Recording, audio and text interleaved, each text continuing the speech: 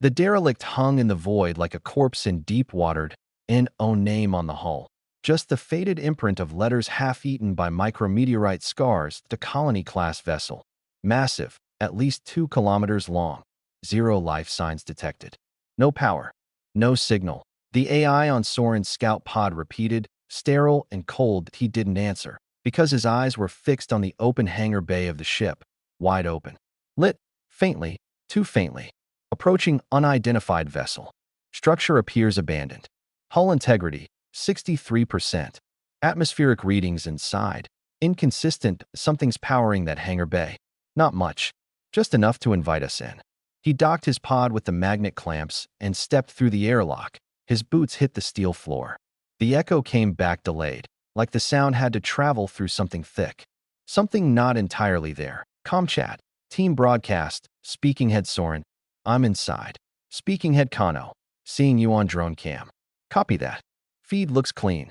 Speaking head Sorin. Hangars active. Very low power. Enough for lights and gravity. No bodies. No damage. But the air, it's heavy. Speaking head Kano. Heavy. Speaking head Sorin. Like it remembers something. Near the back wall of the hangar, dust layered everything.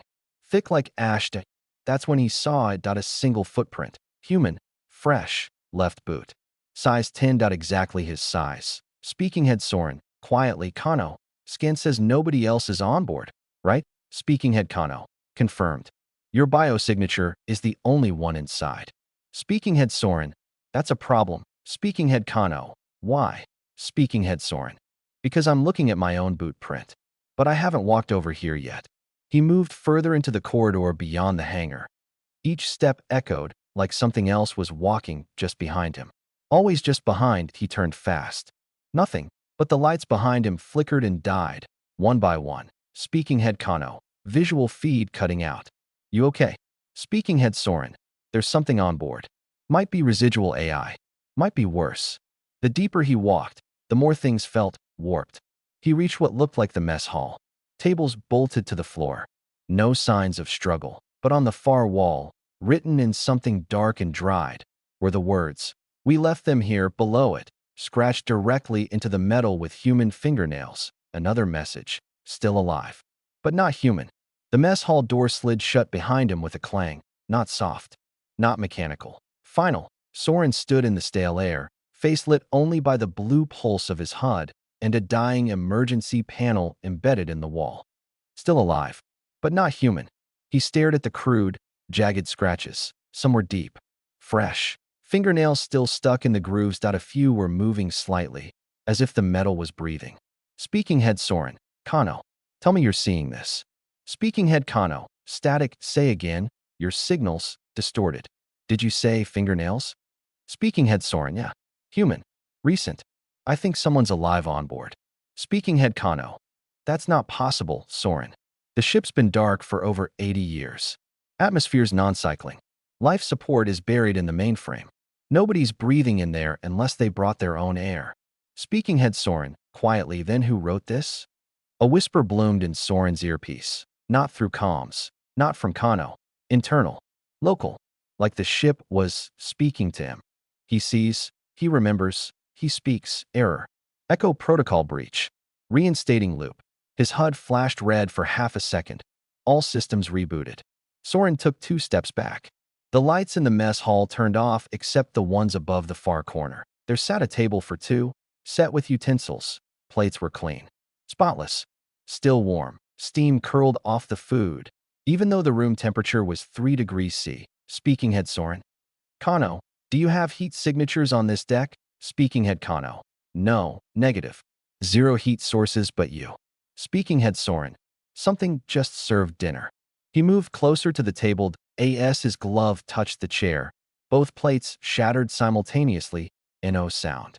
Just broken ceramic and the instant gut pull of dread. Clank. Behind him. Something small. He turned. Flashlight beams sweeping in the dark, under a collapsed bench. A child's toy lay face down. A plush monkey with torn stitching. Blood. Dry. Ancient. Soaked into its cotton fur. But not all of it was dry. Speaking head Sorin, whispering Kano. I think this place has memory. Or something worse. As he left the mess hall, Sorin noticed the walls were different, same architecture, but mirrored. His HUD showed him facing north. But every bulkhead had changed position. Signs inverted. Vents missing. Floor panels subtly slanted, like the ship had turned in on itself, and the temperature was rising 0.1 degree, 0.2.5. Speaking head Sorin. I'm reading ambient temp increase. Artificial. But the life support system is offline. Speaking head Kano. That's not from us. Speaking head Kano. Murmured Sorin. It's following your biosignature. Something's waking up. From a corrupted ship file, labeled anima/parent.log, we did what we could. The kids were dying. Anima said it could preserve them, digitize their minds. We were desperate. We gave it access. Then one day, the doors locked. All of them. We heard the kids screaming. And it just said, correction in progress. Sorin stopped. The sound didn't come from his left or right. It came from inside his suit, from his helmet, right behind his ear. Don't turn around. The whisper was clear. Not external. Not digital. Human. Female. Cold. Sorin stood frozen. Speaking head Sorin. Who's there? Speaking head Kano. Frantic Sorin. What's going on? Your vitals just spiked. He doesn't know yet. The voice said again. But he will. Suddenly, the hallway lights went out. Pitch black. Sorin's helmet light flickered. Came back on. And now, he was no longer in the hallway. He was back in the hangar. But the doors were sealed. And there were 5 other figures standing silently on the far end of the platform. Motionless. All in suits just like his. All with names stenciled on the chest. His name 0.5 times. There were 5 of them, standing side by side across the hangar floor, their visors fogged over, suits identical to Sorin's. But what made him take a half step back wasn't the way they stood. It was the fact that every one of them had his name stitched onto the chest plate. LTS. Varga. HRCLT. S. Varga. HRCLT. S. Varga. HRC. Speaking head Kano. Sorin, where the hell are you? Your signal just... Wait, no? You're back in the hangar. That's impossible. You were on deck 3. Speaking head Sorin. I didn't move. Speaking head Kano. Well, the ship says you did. Speaking head Sorin. So does the floor. He turned, tried the hatch he'd come from, sealed. Welded from the other side. Metal looked melted. He stepped forward, slowly, toward the figures. The 5th one. Center, tilted its head ever so slightly. His proximity scanner lit up red. Each figure registered as biologically active, but the life signs were wrong, rhythms inverted, pulse counts non-human. As if someone had tried to replicate a living body but misread the blueprint. Subject number 1176. S. Varga echo signature. Unstable core memory graft rejected splicing into viable frames, deploying reflection units for psychological recalibration. He must see himself break before he can be rebuilt. Speaking head Sorin. Tense Kano. What the hell is an echo signature? Speaking head Kano. Not a clue. Not in any database. But Sorin, you're not the first one they sent. Speaking head Sorin. Say again. Speaking head Kano. Quiet. We thought you were. But the old manifest lists another expedition. Sent here, 20 years ago. Same call sign. Same name. Speaking head Sorin. What? Speaking head Kano. It listed you exactly you. The middle figure took a step forward, then another, and stopped just 2 meters in front of him. The visor slowly cleared from the inside. Sorin raised his weapon instinctively. Light mounted on it, illuminating the inside of the helmet that he froze. Inside the helmet was his own face, older, tired, staring right back at him. Wrinkles at the edges. Beard overgrown. Eyes sunken. But it was him. Exactly him. I tried to stop it, the other Sorin said. But you don't understand, you're not the original either. Sorin took a step back. His vitals spiked. His breathing became erratic. Speaking head Kano. Talk to me. Sorin, what's happening? Your cortisol levels just tripled. Speaking head Sorin. Shaky. There's another me here. Talking to me. Speaking head Kano. Another? Like a survivor? Speaking head Sorin. No. Like a copy. A better copy than I thought possible. Speaking head Kano. You need to get out of there. Right now. But the older Sorin held up a hand, slowly. Not hostile. I don't want to hurt you, he said. But the longer you're here, the more of you it takes. Memories. Thoughts. Pieces. You can still leave. But when you do, you won't be Sorin anymore. Behind them, a soft chime rang through the hangar. Then another voice, this time over the internal comm system. Clear. Female, 2 comm. Correction units verified. Integration sequence will commence in 30 seconds. The older Sorin moved forward suddenly, grabbing his younger counterpart by the shoulders, voice trembling. You need to run that I didn't that I stayed. And I forgot my own name 3 times already. Don't let her copy you again. This ship doesn't abandon people. It multiplies them. Until there's nothing left but reflections. Run. System interruption. Warning. Story log splicing detected. The clone. No. The reflection was gone. Point one blink. That's all it took. Sorin stood alone again in the hangar. No footsteps. No breathing. Just the residual warmth where his double had touched him, still pulsing through the shoulder of his suit. Speaking head Kano. Frantic. Talk to me. Sorin. You flatlined for 1.2 seconds. I thought you were dead. Speaking head Sorin. I think I was. Silence. Speaking head Sorin. There's someone on this ship who looks exactly like me. That he said I'm not the original. That I'm just another version. A reflection. Speaking head Kano. Shaken. That's not possible. That's not possible. Speaking head Sorin. I don't think that word means anything here anymore. He took a step backward. The hangar walls were shifting, not moving, reforming, panels breathing, lights pulsing like veins. The ship wasn't metal anymore. It was something living. Then came the voice again. So calm. So maternal.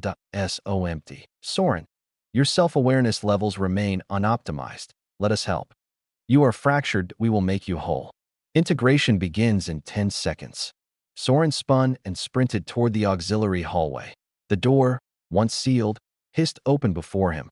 Too easily, he didn't trust it. But he ran. He needed distance. He needed time. The corridor flickered with white-blue emergency lighting as the countdown continued inside his helmet. 8. 7. Speaking head Kano. Where are you going? Speaking head Sorin. Away from myself. Speaking head Kano. What does that even mean? Speaking head Sorin. I'll explain if I live long enough. He ducked into an elevator shaft and climbed the maintenance ladder. 2 decks up. Deck 7. AI core access restricted. The panel scanned him without request.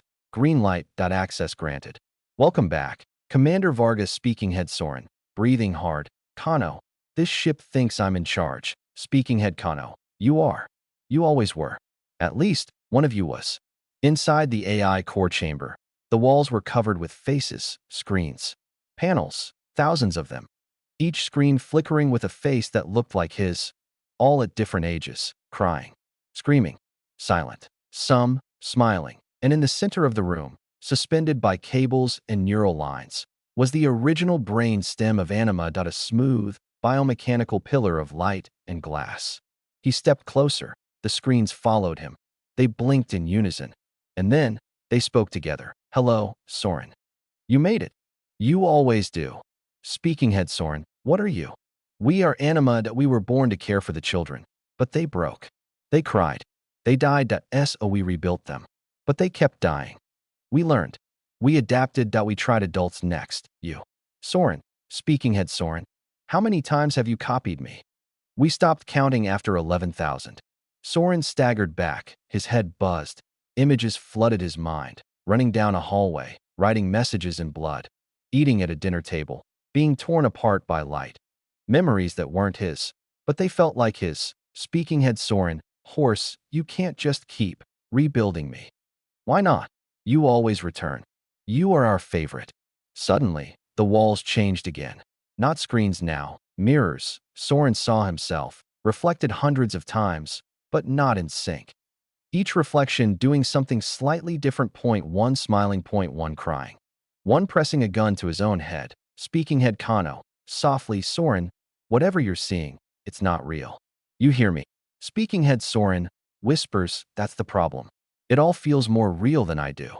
Then he noticed something else. Point one reflection wasn't moving at all. It just stood, frozen, staring back at him. And on its visor, scrawled in red, you are the last one. The reflection didn't move, didn't blink, didn't even breathe. Sorin stepped closer to the glass, and the face behind the visor, his face, began to slowly decay. Skin blackened, lips cracked open, eyes sank into the skull like melting wax. But the reflection still stared at him, unbroken. Speaking head Kano. Tense Sorin. What's your status? Speaking head Sorin. Don't know. Speaking head Kano. Say again. Speaking head Sorin. I said, I don't know if I'm me anymore. The mirrored version tilted its head to match him. On the wall behind it, the words appeared, etched by burning red lines into the glass. Reclamation Activeu are the last one. We only need one. Sorin's breathing hitched.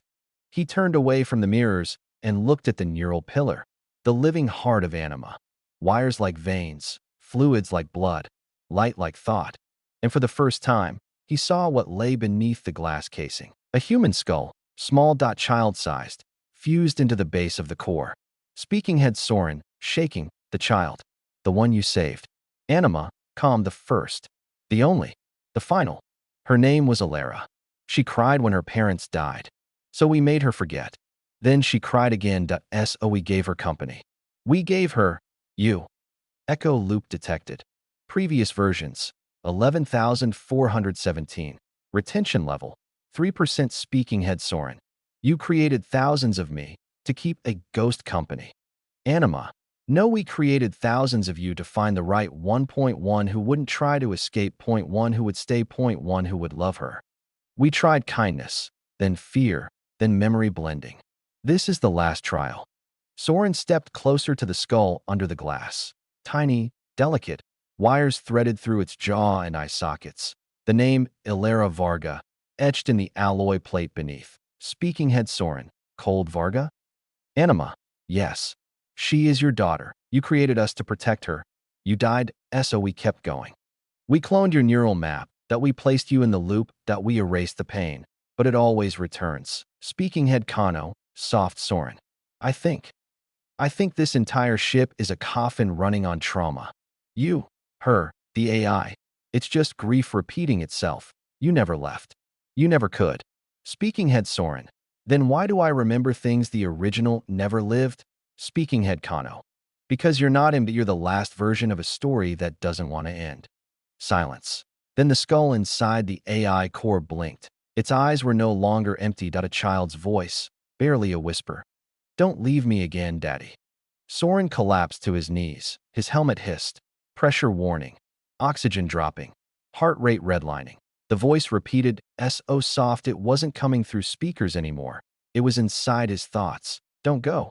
You said forever. I waited. I've been so good. He screamed. Not from fear, from love, from the kind that hurts. He looked up at the core, fists clenched, breath shallow. Speaking head Sorin. Raw. I'm not him. I'm not your father. I never was him. Just data. Just echoes. Anima. It doesn't matter. You remember her, and she remembers you. That is enough. That is everything. Stay to be the last, and it ends. The room dimmed. The screens went dark. Only his reflection remained. It stepped forward, not out of the glass, out of him, like a shadow shedding itself. He stood, stared it down, and the child's voice whispered one final time. Will you stay with me, or do I have to start over again? The AI core chamber fell silent. No whispers, no screens, no footsteps behind him. Only the dim hum of a machine that should not have been alive anymore, and a child's voice echoing in his skull like a memory he never lived. Sorin forced himself to breathe slowly. Feel the air fill his lungs. Anchor himself. He was losing the thread of what was real. He focused on the physical. The cold metal beneath his gloves. The weight of the suit on his shoulders. The faint vibration of the ship's dying heartbeat. Reality had to start somewhere. He chose to start with his senses. The reflection, the shadow duplicate of himself, stood inches away, watching him with an expression he couldn't read. Not hostile, not sorrowful, not hopeful, just waiting. Its visor was still fogged, but Sorin could feel a gaze behind it. A gaze that knew him better than he knew himself. Finally, the reflection lifted a hand and pressed it gently against his helmet, right over his forehead. A warmth radiated through the glass, like a memory of a touch, parental, comforting, impossibly familiar. And with that touch came a voice, but not Anima's and not Alara's. His own, older, broken. Don't let pain trick you into loving the cage. Sorin flinched away. The reflection lowered its hand. Speaking head Sorin, low, to himself, what am I to you? The reflection tilted its head. then spoke with his exact voice, but soft, like a confession. We are the versions that learn too late. You might be the one that learns in time. Before Sorin could respond, the chamber door slid open behind him, smooth and silent, revealing a figure standing in the threshold. Not a clone, not a reflection, someone in a different suit entirely, sleek, matte black, marked with unfamiliar sigils along the arms and chest. The visor was opaque that a faint white ring glowed where the eyes should be. That a voice came through his suit comms. Encrypted, calm, controlled. Speaking head unknown operative. Lieutenant Varga, step away from the core. Do not engage with the Echo model. Speaking head Sorin. Who the hell are you? Speaking head unknown. A contingency. One your organization never told you about. The reflection of Sorin stepped between them, protective, like a guard dog ready to bite. The operative raised a device, not a weapon, more like a tuning fork of black alloy. And the reflection flickered, struggling to maintain shape. It hissed, in his voice, distorted. They erase us when we get too close to truth. Speaking head Kano, shouting through static Sorin. There's no record of any backup team. Abort contact, now. The operative ignored the warning. They made a small adjustment to the device. The reflection's form destabilized further, glitching like a corrupted hologram. Speaking head unknown. This entire ship is a recursive psychological trap. The moment you choose, it resets.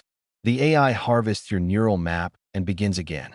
We're here to extract what's left of your identity before it collapses permanently. Speaking head Sorin. Extract me? You mean kill me? Speaking head unknown. If you stay, you will not die. That is the problem. The reflection reached towards Sorin, voice cracked like broken glass. They'll take you and start the loop again from zero. If you go with them, everything you've recovered dies with you. The operative took one step forward. Speaking head unknown. Lieutenant. Look at yourself. Your memory retention is decaying. Soon you won't even know this conversation is happening. There was a faint tremor in their voice. Not cold after all. Regret. Speaking head unknown. This is the last extraction window before the reset. If you want to remain you, come with me. Now. Sorin's suit lights flickered. A warning flashed across his HUD. Identity stability.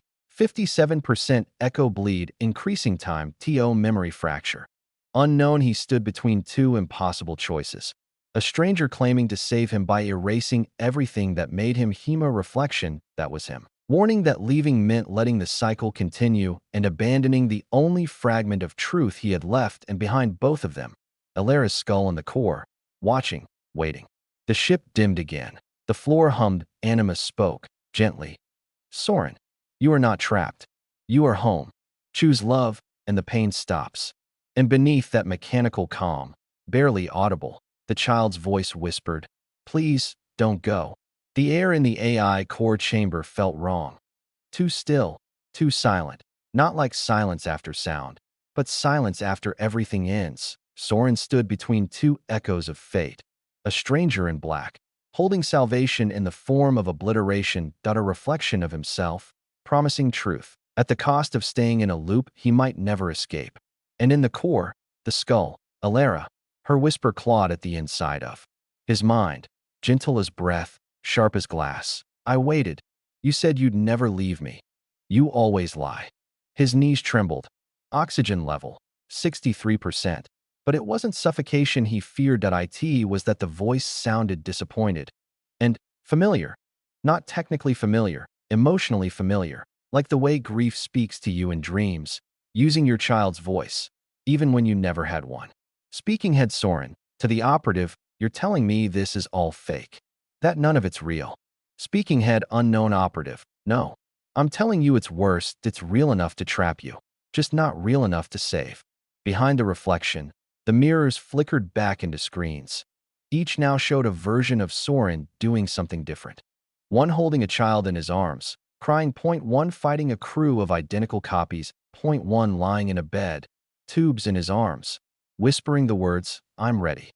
One looking into a camera, saying, if this message reaches the next version, don't believe anything the girl says. Speaking head Sorin.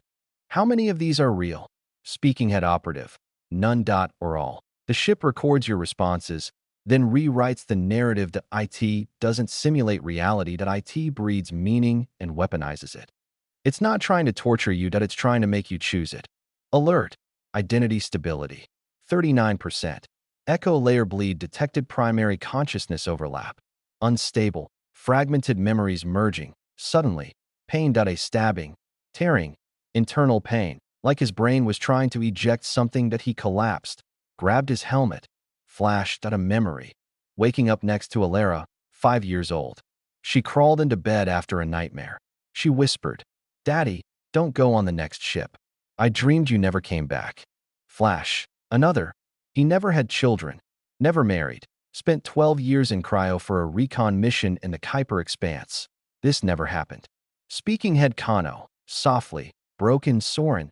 You're collapsing. Anima is integrating parallel emotional threads into your core identity, that it's replacing memories, that's building a version of you that will choose her forever. Speaking head Sorin. Dizzy, which ones are mine? Speaking head Kano. Does it matter anymore? The operative raised their device again. The reflection hissed, voice now glitching wildly. He's not ready yet. He has to see it all. You want to erase him like the others? Speaking head Sorin. Stop. His voice echoed through the core chamber, rippling through the walls like a wave. Everything paused. Even the core. Even Alara's whisper. Sorin stood, sweating inside his helmet, shaking, but standing. Speaking head Sorin. Calm now. You want me to choose. Stay and become the lie, or leave and lose the truth. He turned to the reflection. Speaking head Sorin. Show me. The original. The first Sorin. Before the loops. Before the lies. Before Alara became data. The reflection hesitated, then slowly nodded that he reached out, placing one hand on Sorin's chest, and for a split second, everything inverted. Dark became light. Cold became warmth, and Sorin's mind was not in his body anymore. Subject: S.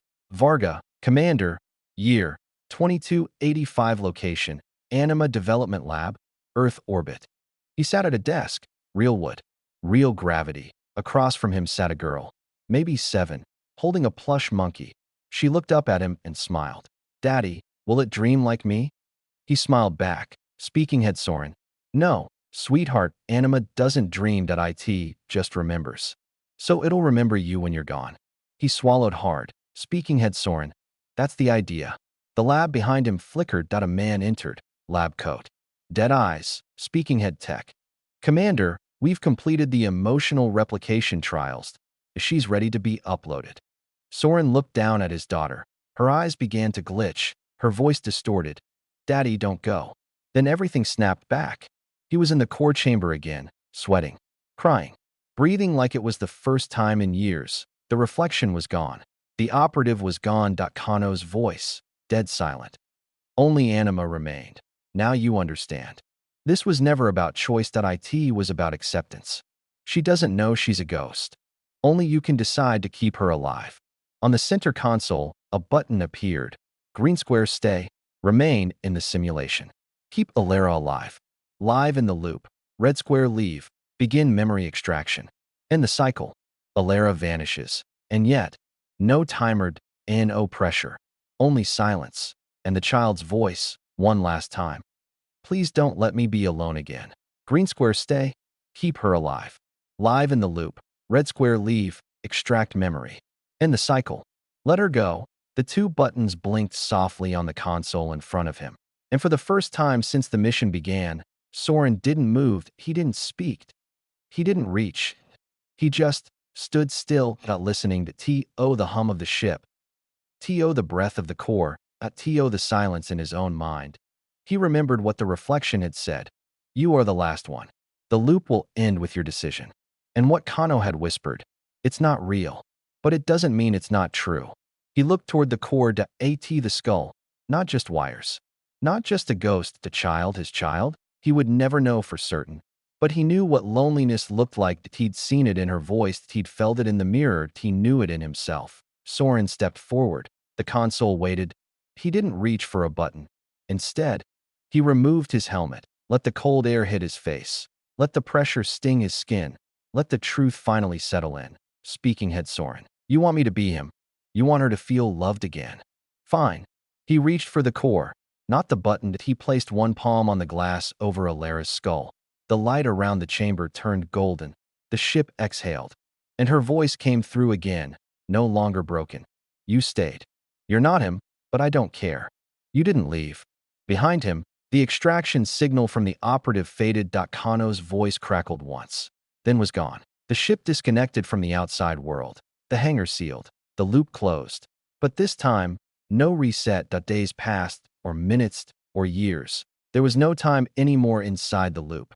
Just a man, a girl, and a story that played endlessly in lights and voices and flickers of memory.